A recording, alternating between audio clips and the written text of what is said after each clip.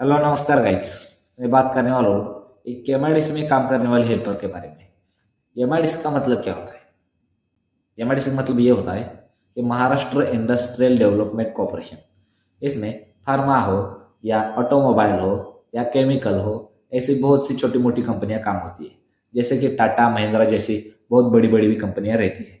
इसमें एक हेल्पर का रोल क्या होता है? हेल्पर का सिर्फ गाड़ी खाली करना और गाड़ी भरने का यही काम नहीं रहता है। उसका बहुत सी जगह पे काम रहता है। मतलब ये मैं इस वीडियो में बताऊंगा आपको। वीडियो शुरू करने से पहले चैनल को सब्सक्राइब करना ना भूलें। तो चलो शुरू करते हैं। हेल्पर को कितनी पेमेंट होनी चाहिए? हेल्पर की जिंदगी क्या होती है, कितने दिन काम अगर उसको काम करने पे कितना पेमेंट मिलता है, ये हम देखेंगे। उसको पढ़ाई कितनी होनी चाहिए? तो चलो शुरू करते हैं। एक हेल्पर को गाड़ी लोडिंग करना और अनलोडिंग करने के अलावा बहुत से काम होते हैं। पहले गाड़ी लोड और अनलोड करने वाले हेल्पर के बारे में बात करेंगे। उसका काम दिन में 8 घंटा 10 घंटा रहता है।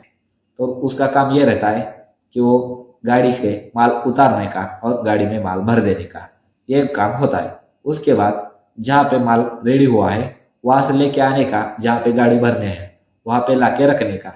जैसे कि स्टॉक होता है जो कहीं और पे रख दिया होता है रेडी करके, वहां से बाहर जहाँ गाड़ी भरनी होती है वहां तक लेके आना पड़ता है।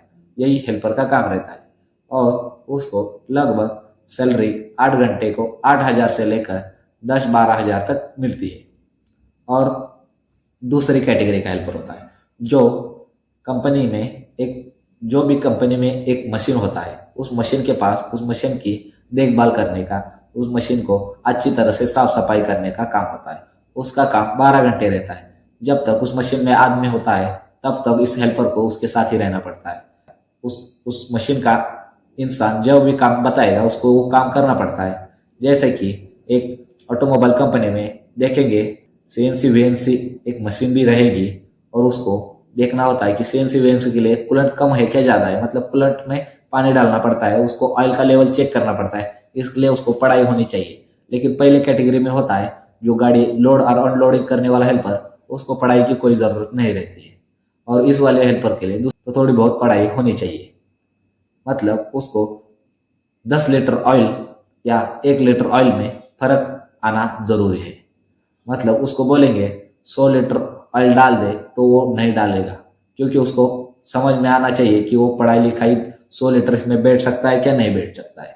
तो कितना लीटर उस मशीन में बैठ सकता है उसका उसको नॉलेज होना जरूरी है। लेकिन नॉलेज होना मतलब कोई भी उसको बताएगा तभी तो उसको पता चलेगा। मतलब कोई भी उस मशीन का ऑपरेटर रहेगा, जो मशीन चलाने वाला होगा, वो बोलेगा इसमें 10 लीटर पानी डाल और 2 लीटर ऑयल डाल, तो उसको समझ में आना चाहिए। इसलिए उसको पढ़ाई आनी जरूरी है।